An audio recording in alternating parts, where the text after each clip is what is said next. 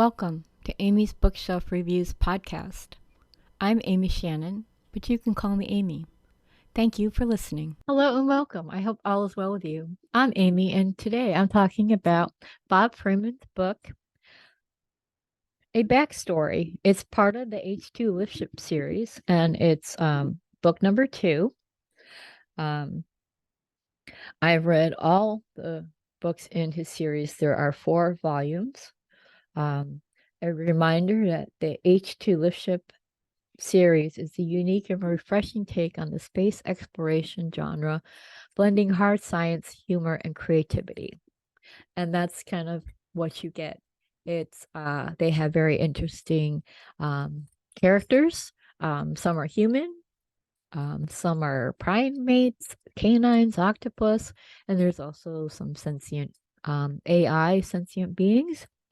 And if you are enjoying the up and coming AIs, that's kind of like the part of the, the new technology coming out, or it's probably improved technology from something before.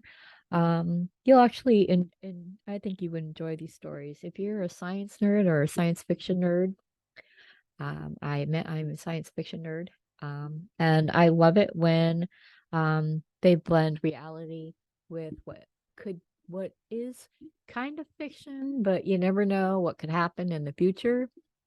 And I have actually I had mentioned this to Bob that especially reading his books and all the sci-fi movies that and TV shows that I like, that with our our Amazon Echo, I am always very polite, no matter if I'm talking to Google or if I am talking to Bixby or Alexa or whoever else.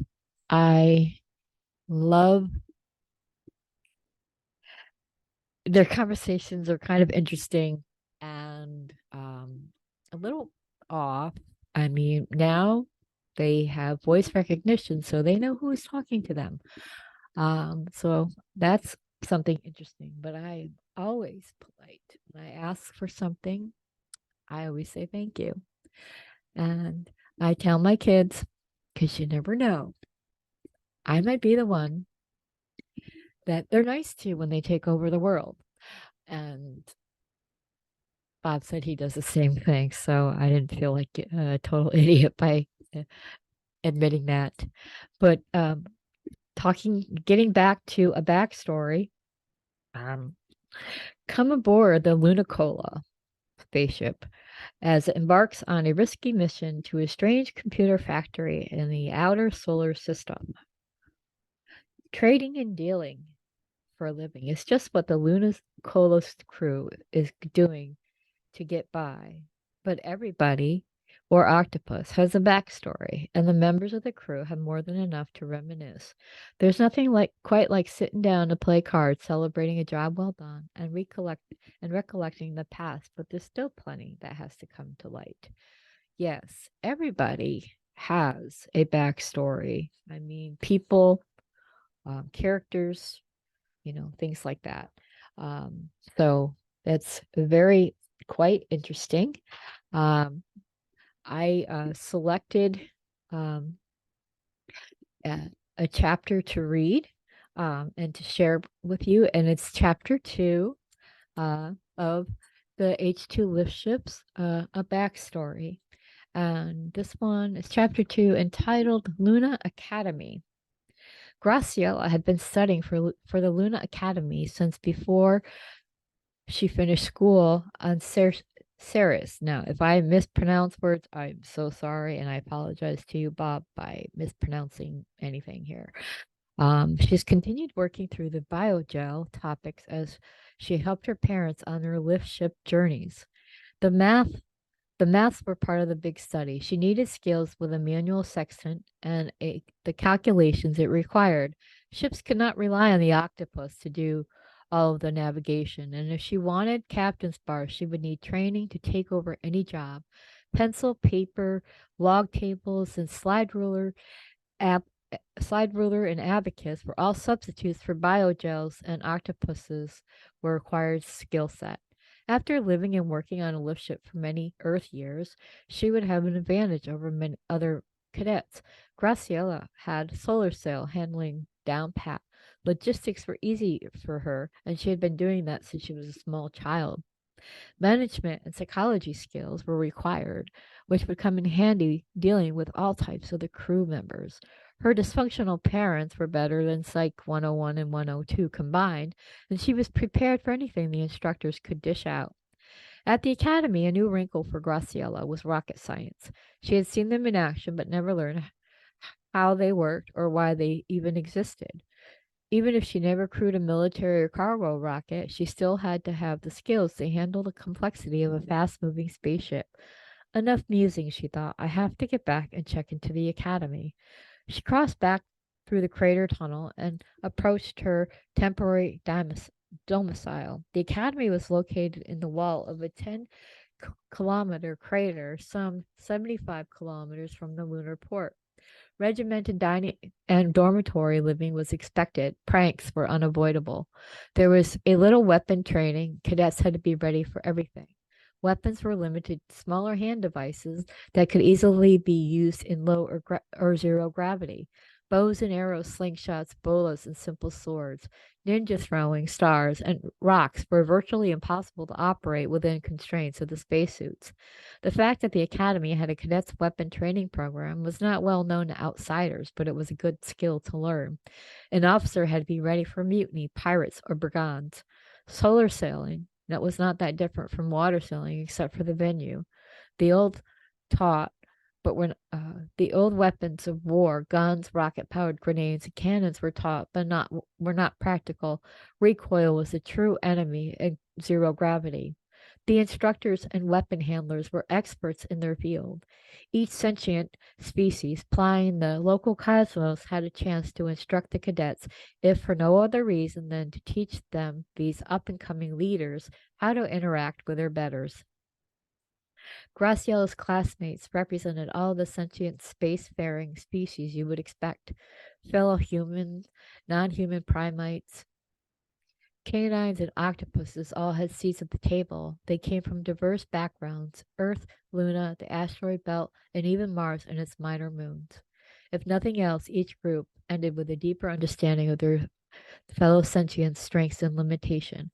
Human, all too often humans consider themselves the gold standard of sentient life. They had learned, or sometimes they didn't learn, that there were more standards than themselves. They often had leadership positions not because of intelligence, but because the old flexible opposable thumb and delicate hands gave them an advantage. Primate, non human. Other primates range from chimpanzees to orangutans and occasionally gorillas. The orangutans were represented in numbers beyond their population and could give humans a run for their money on intelligence and skills. The chimps were too fond of playing pranks and partying to make the best leaders, and the gorilla, while highly intelligent, were too muscle bound to perform delicate tasks. Canine. The canines often played the fool, but their ancestors had lived too long with the two-legged humanoids and couldn't be dismissed so easily. They believe they've hung out with humans all these eons for their food and companionships, but the canines knew it was for their own entertainment. They were so clever that they trained humans to pick up their poop on their walks. Unfortunately, communicating with a language the humans could understand and working with other sentients left them no choice but to take care of their own waste. Some said it was the loss of the greatest scam the world had ever known and will be sorely missed by the canines. Humans, not so much. Sorry, that just tickles me. Um, Octopuses were always a part of the training group, but few made it to the academy compared to the vast numbers living in the ocean.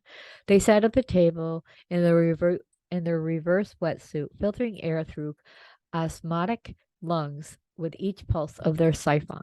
They tried to teach their classmates basic color language, often with limited success.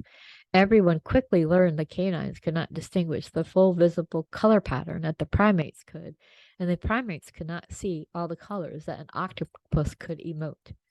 The Academy's physical courses were a little bit rough for some of the students. The written part was difficult, but the skill demonstrations could be life-threatening. Spacesuit maintenance and repair, forced marches across the dusty plains, search and rescue, and the final solo spaceflight. The last trial meant that they would be abandoned in orbit, or both rocket and solar sail pods, partially disabled with enough air for survival and little else.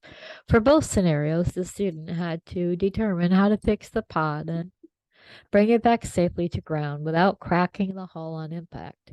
There was enough hardware and almost enough supplies to successfully pull this off, and it tested the skills and intelligence of each student.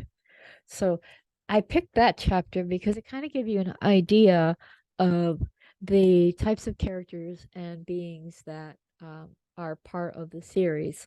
And I must say that, Bob has this tremendous imagination. I mean, he's making octopus and canines, they're running spaceships. So I find that very interesting. And so I did write a review for a backstory, and I gave it 4 stars. Interesting, and yes, technical as well. This is the second book in the H2LiftShips series. I find that the stories are a mix of science and science fiction, and there is a line where both meet. There is a mix of different characters, including the alien octopus, and it sure is an adventure into and beyond the solar system. The story is well written, and the technical terms and story's jargon can take some getting used to. But as I read the first book in the series, and I intend to read the next book, I'm familiar with Freeman's writing style and how he intertwines real science and science fiction while creating an entertaining story. It's action-packed and takes the reader on a superb journey. And who could ask, it's literally out of this world. So that's just a paraphrasing of my review that I created for a backstory, part of the H2LiftShips series. You can buy all 4 books on Amazon. You can search for Bob Freeman or H2LiftShips, and it should bring you to Bob's Amazon page. Bob also has a website, which is H2LiftShips.com, and you can get more information. So if you're an author who wants to be on the show, or you just want your book to be on the show, go to amysbookshelfreviews.com/podcast for more information. Thank you, and I'll talk to you next week. This has been Amy's Bookshelf Reviews podcast. Thank you for listening. And always, be kind and stay safe. Thank you.